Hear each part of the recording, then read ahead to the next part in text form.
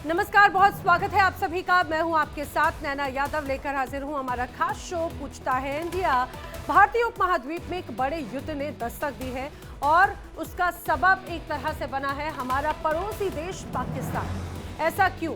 पहले बांग्लादेश में नरसंहार करने वाली पाक की सेना अब अफगानिस्तान को तबाह करने की धमकी दे रही है। बार बार अफगान की धरती पर हमले को अंजाम दिए जा रहे हैं।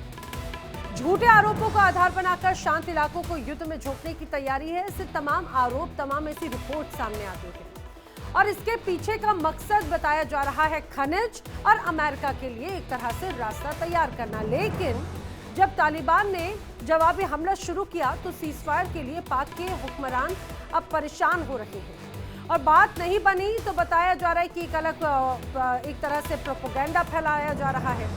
और अब पाकिस्तान के रक्षा मंत्री ने तालिबान को सीधे सीधे धमकी दी है। तोड़ा बोरा हमले की पाकिस्तान ने याद दिलाई है और कहा कि हमला अगर हुआ तो तालिबान कड़वा घूंट पीना होगा। उन्होंने कहा कि हमने तालिबान के विश्वासघात को सहन किया।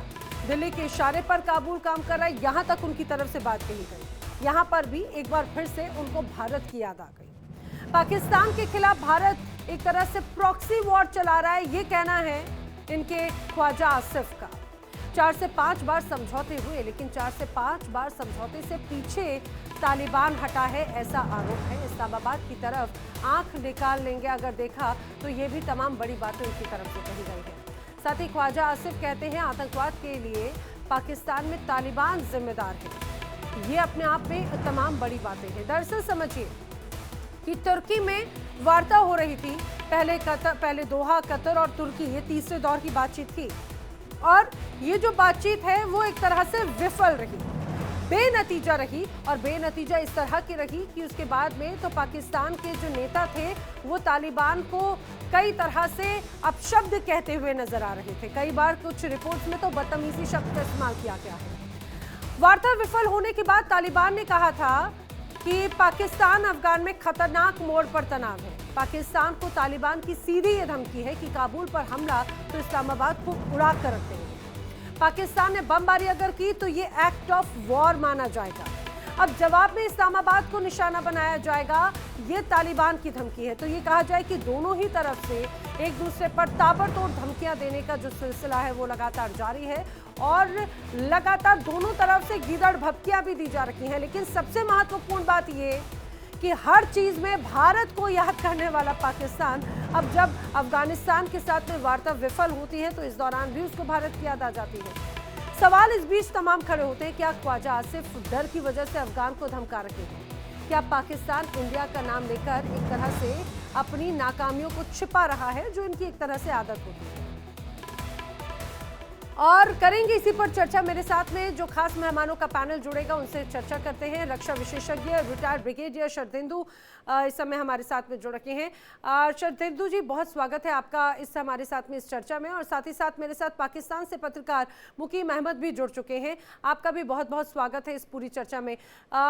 मैं सबसे पहले शरदेंदु जी आप ही का रुख करना चाह रही हूँ। सर, ये जो वार्ता है, ये वार्ता कितनी इंपॉर्टेंट आपको नजर आती है? क्योंकि ये तीसरी दौर की वार्ता मानी जा रही थी, हालांकि इसका चौथा चरण इसे कहा जाए, लेकिन ये तुर्की तीसरे दौर की वार्ता थी, लेकिन वो भी बेनतीजा रही और दोनों तरफ से बड़े स्तर पर एक दूसरे को धमकियां देने का सिलसिला चल रहा है।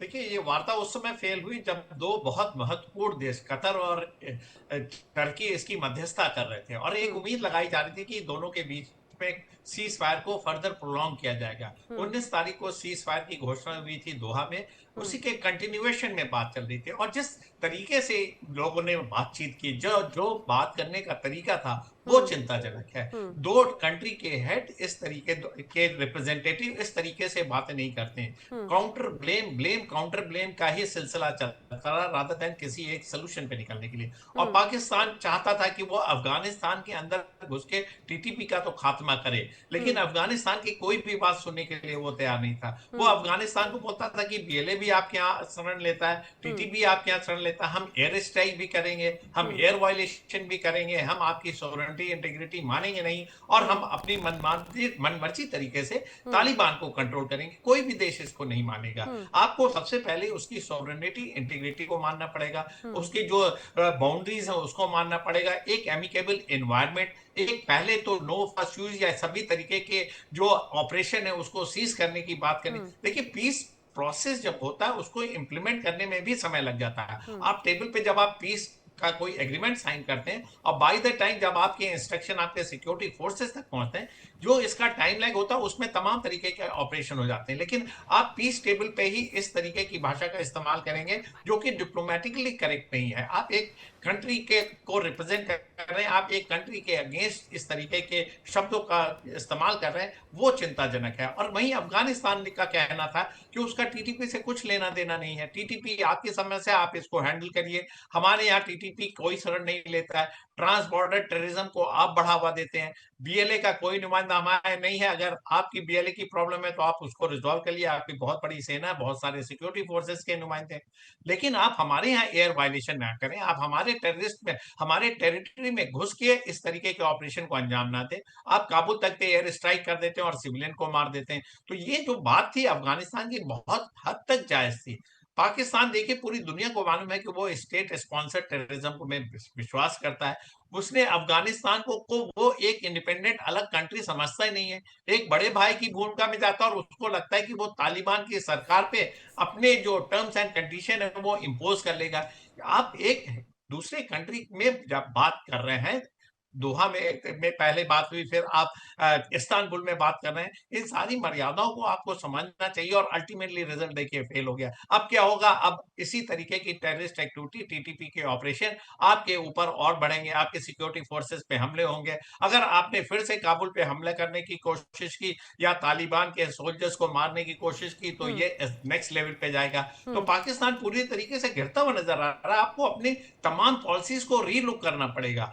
ठीक है। हथियार टेररिज्म और स्टेट स्पॉन्सर्ड टेररिज्म सलूशन नहीं है इस इलाके में पीस का, आपको एक अपनी दिशा बदलनी पड़ेगी, ऐसा मेरा मानना। अब यही ठीक है। डोनाल्ड ट्रंप जी, आपके जी। प्यास आएंगे और आपको एक इंस्ट्रक्शन देंगे कि आप सीज फायर करिए तो आप तुरंत तैयार हो जाएंगे। आप तीसरे मजबूत मुल्क की मध्यस्थता नहीं, चाहते हो, उसका आप कहना मानेंगे? लेकिन शरदिंदु जी बात यह है कि पाकिस्तान तो तैयार हो जाएगा डोनाल्ड ट्रंप की मध्यस्थता के बाद में, लेकिन तालिबान या अफगानिस्तान होगा, ये अपने आप में बड़ा एक सवाल है क्योंकि उनके साथ में अपने कॉन्फ्लिक्ट से। वेल, मैं मुकीम अहमद जी से ही रुक कर जानने की कोशिश करती हूँ। मुकीम अहमद जी, आखिर 4 दिनों तक वार्ता चली लेकिन इसके बावजूद वो विफल रही, क्या वजह आपको लगती है कि कहां पर पेच फंस रहा है, बात कहां नहीं बन पा रही है? बहुत शुक्रिया नैना जी। देखिए, ये 19 अक्टूबर को सीज फायर हुआ था और फिर कतर में फर्स्ट सेशन हुआ, दूसरा सेशन जो है वो तुर्की में इस्तांबुल में हुआ। तालिबान यानी कोई ये एक पॉलिटिकल पार्टी नहीं है, कोई एक कमांड ऑफ चेन नहीं है, ये तो आपको भी पता है। उसमें बहुत सारे ग्रुप्स हैं जिन्होंने मिलके वो रिजीम बनाई है या वो अमारात इस्लामी के बैनर के नीचे गवर्नमेंट रन कर रहा है। अब वहां पे इतने सारे स्टेक होल्डर्स हैं, कुछ इस तरफ हैं और कुछ उस तरफ हैं, कुछ की राय इधर को है और बाकियों की राय उधर को है, और फिर उनके अपने पॉलिटिकल गेन्स भी हैं, उनके अपने मफादात भी हैं, उनकी पॉलिटिकल और कुछ फाइनेंशियल एफिलिएशंस भी है जिसको वो इग्नोर नहीं कर सकते। तो उसमें जो मुज़ाकरात हुए उसमें कोई कोहेरेंस नजर नहीं आ रहा था। वो 4 मरतबा अफगानिस्तान के डेलीगेशन ने बातें एग्री करने के बाद, काबुल से कॉल आने के बाद पलट गए। अब उसको क्या कहेंगे, या तो either they are not ready, या उनके पास पावर नहीं है, या उनकी डोरियां कहीं और से हिलाई जा रही हैं। अच्छा। तो ये एक इशू है कि वो फुली ऑथोराइज नहीं है, फुली पावरफुल नहीं है, या वो डिसाइसिव नहीं है। और ये उनको भी पता है कि पाकिस्तान के बगैर उनका आगे जाना मुमकिन नहीं है। ये कोई थ्रेट नहीं है, मैं एक एक्चुअल और फैक्चुअल बात कर रहा हूं as a student of history and politics. मतलब वो उनका वो ये जो अब स्टेटमेंट्स तो देखिए पब्लिक में फेस सेविंग के लिए उन्होंने भी देनी है बिल्कुल और सही पाकिस्तान बात, ने भी देनी बिल्कुल करेक्ट। कि वो तो यही कहेंगे ना कि जी वो हमने रूस का सत्यानाश कर दिया था, हमने अमेरिका और नेटो को मार भगाया, लेकिन वो कब क्या उन्होंने अकेले ऐसा कर दिया था? 28 मुल्कों पर मुश्तमिल नेटो उनके साथ था और उसके जो मुबस्सर कंट्री थे ऑब्जर्वर्स वो भी उसके साथ थे, तकरीबन 36 कंट्रीज थे। तो गुजारिश ये है कि वो लड़ने भिड़ने या वो पुरानी तारीख दोहराने से अफगानिस्तान की तरक्की या खुशहाली या प्रोग्रेशन नहीं होगा। अब उन्होंने पहली दफा कोई हुकूमत चलानी शुरू की है, ये लोग पॉलिटिकली ट्रेंड नहीं है एक, दूसरा उनको डिप्लोमेसी का तजर्बा नहीं है। अब वो जो है हर चीज को गन से, पावर से, जोर से, धमकी से चलाने की कोशिश करते हैं, विच डजंट वर्क। और दूसरा ये है कि ये भी कि उसामा बिन लादेन को बचाने के लिए उन्होंने पूरा अफगानिस्तान बर्बाद करा लिया था। अब वही हरकत वो यहाँ पे भी रिपीट कर रहे हैं, तारीखी हरकत है कि तहरीके तालिबान पाकिस्तान जिसे वो कहते हैं टीटीपी, उसको वो ये समझते हैं कि चूंकि ये they are followers of the same अमीर, या वो हम कहते हैं बैत की है, यानी जैसे आप किसी गुरु की शरण ले लेते हैं, वो इस किस्म की सिचुएशन उन्होंने क्रिएट की हुई है और उसको वो फॉलो कर रहे हैं। यही प्ली उन्होंने उस वक्त उसामा बिन लादेन के वक्त ली थी कि वो हमारे शरण में, हम नहीं देते। उन्होंने ईंट से ईंट बजा दी अफगानिस्तान की 40 साल में, लेकिन यह है कि उनको ये समझ नहीं आई कि भाई अब हमने करना क्या है, what is best for us. यही प्ली वो अब भी ले रहे हैं, तो ये उनके लिए मुश्किलात पैदा करेगी। और फिर ये है कि ये कई मरतबा, अब ये को पहली बार नहीं हो रहा ये इशू जो है पाकिस्तान के साथ, ये 800 टाइम्स रिपीट हुआ है कि जी, यानी रिपोर्ट किए गए वाकयात, फिर उसके बाद 317 मरतबा यानी प्रोटेस्ट हुआ है, officially, unofficially, through proper channels, through diplomatic channels, through friends. उसके बाद भी या तो वो उसे एक्सेप्ट कर लेते हैं, कभी वादा कर लेते हैं, कभी फिर वो उससे मुकर जाते हैं। अब इस सारी सूरत हाल को आप कैसे देखेंगे कि भाई जब वो आप हुकूमत साजी भी कर रहे हैं, आप हुकूमत रन करने की भी कोशिश कर रहे हैं, पाकिस्तान से वादा भी करते हैं, आप दूसरे कंट्रीज के सामने भी वादा करते हैं, उसके बाद मुकर जाते हैं, तो they have to take the responsibility. हाँ, लेकिन मुकीम जी, जैसे आपने उसामा बिन लादेन का जिक्र किया, अफगानिस्तान पर आपने बात तो यहाँ पर डाली, लेकिन उसामा बिन लादेन को तो पनाह आपने भी दी, ये भी अपने आप में बड़ा एक गंभीर हो जाता है। वेल, आज हम उसामा बिन लादेन पे नहीं, लेकिन बात क्योंकि टकराव जो है अफगानिस्तान पाकिस्तान का वो बड़े स्तर पर होता हुआ नजर आता है, और आज तो खासतौर से प्रेस वार्ता के दौरान जो अपने आपस में एक दूसरे पर आरोप या फिर छीटाकशी या नाराजगी जताते हुए जो नजर आए, वो तस्वीर भी पूरी दुनिया देख रही थी। वेल, मैं अपने दर्शकों को बता दूं, 2 और खास मेहमान हमारे साथ में इस दौरान मौजूद हैं। विदेश मामलों के जानकार संजीव श्रीवास्तव जी हमारे साथ में हैं, साथ ही साथ हमारे साथ में PEF के अध्यक्ष हुमायूं इकबाल शमी पाकिस्तान से जुड़ रहे हैं। आप दोनों का भी बहुत स्वागत है। मैं अब संजीव श्रीवास्तव जी आपका रुख करना चाह रही हूँ। जो पत्रकार वार्ता, खासतौर से 4 दिन की पूरी चर्चा, लेकिन वो बेनतीजा, अब उसमें कई इफ एंड बट्स जो है नजर आ रहे हैं। अब उसमें बड़ी बात ये कही गई कि ठीक है, तालिबान, जैसा भी यहाँ पर मुकीम जी कह रहे थे कि उनको सरकार चलाने का अनुभव नहीं है, पहली बार वो ये एक तरह से सरकार चला रहे हैं, लेकिन पाकिस्तान की तरफ से तो बहुत एक वेल ट्रेन्ड, डिसिप्लिन गवर्नमेंट और ये कहा जाए कि ट्रेन्ड सेना अध्यक्ष है, सब कुछ है।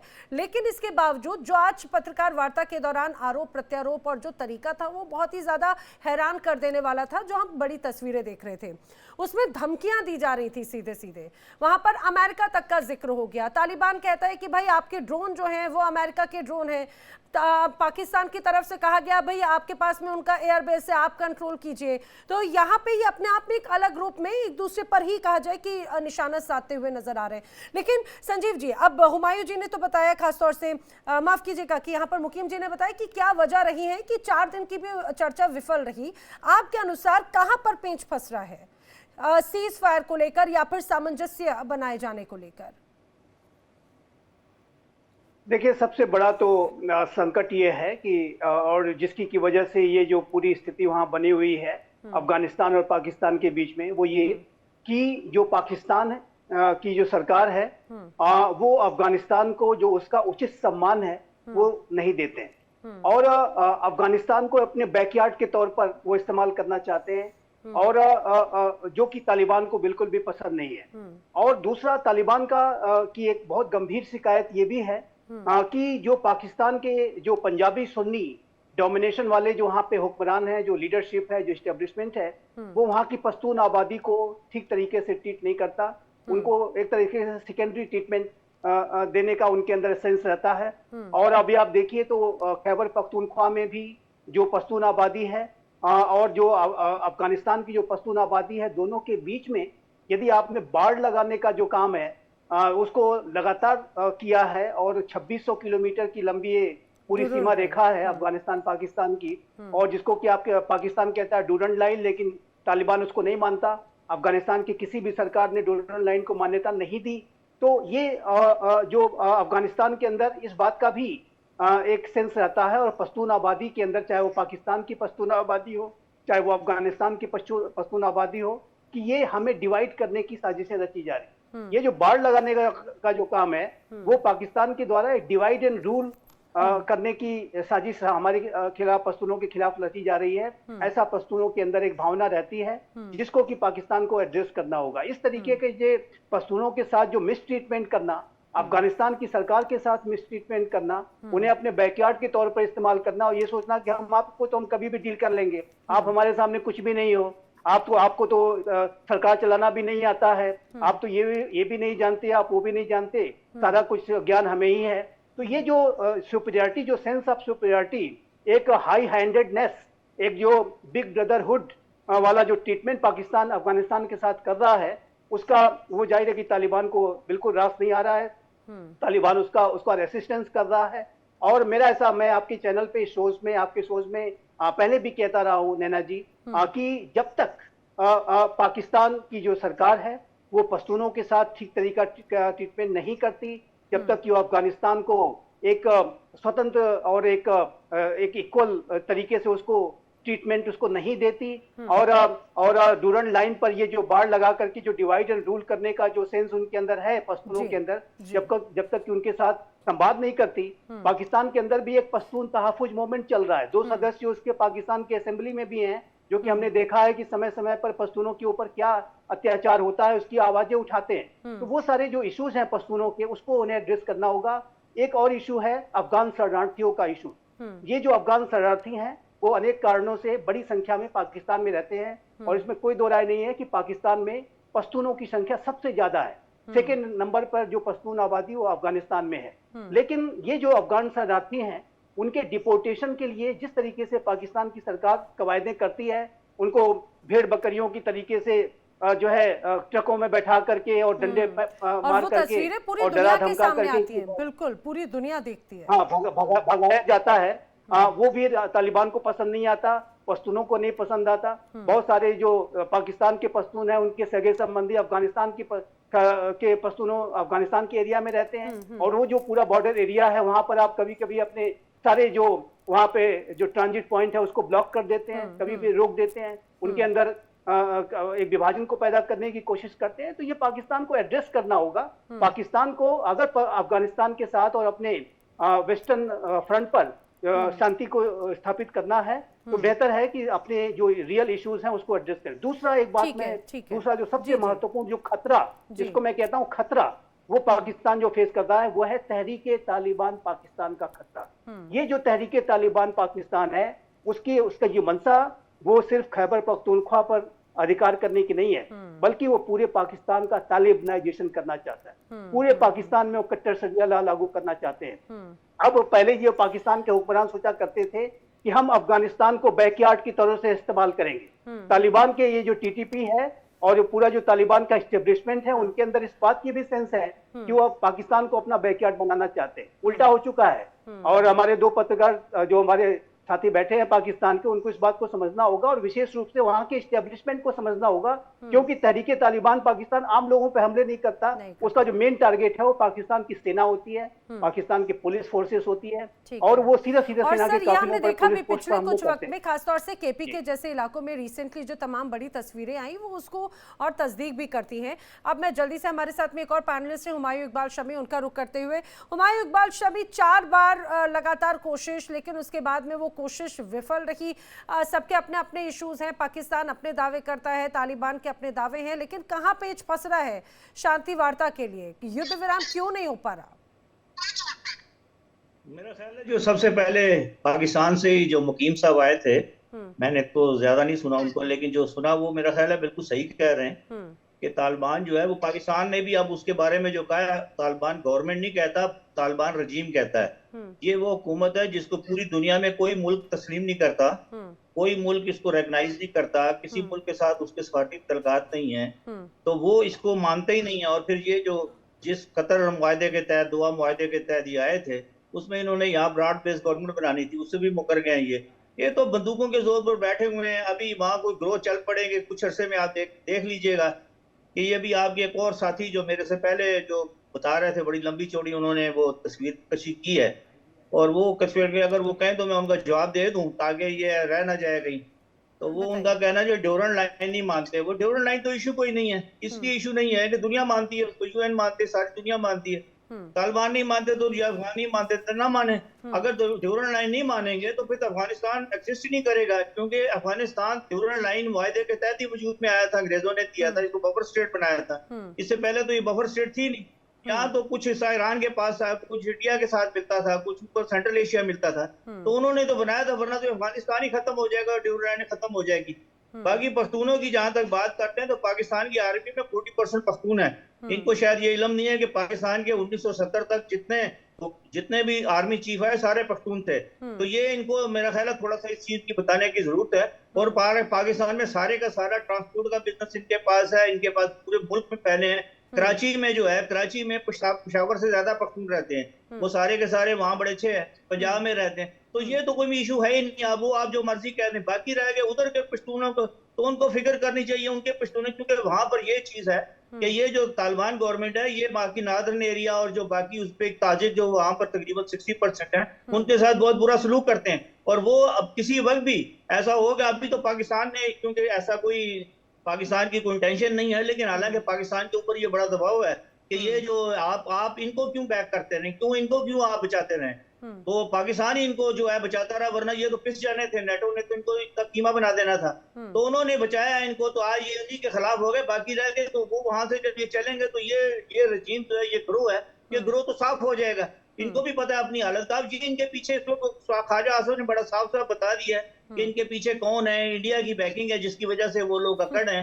लेकिन वो ठीक है, चलने दें उनको, कुछ ऐसा चला लें वो अपना काम। तो ये इशू हमारे लिए कोई इतना बड़े इशू नहीं है। इंडिया टीवी के लिए काफी बड़े इशू है, लेकिन पाकिस्तान इसको मैनेज कर लेगा।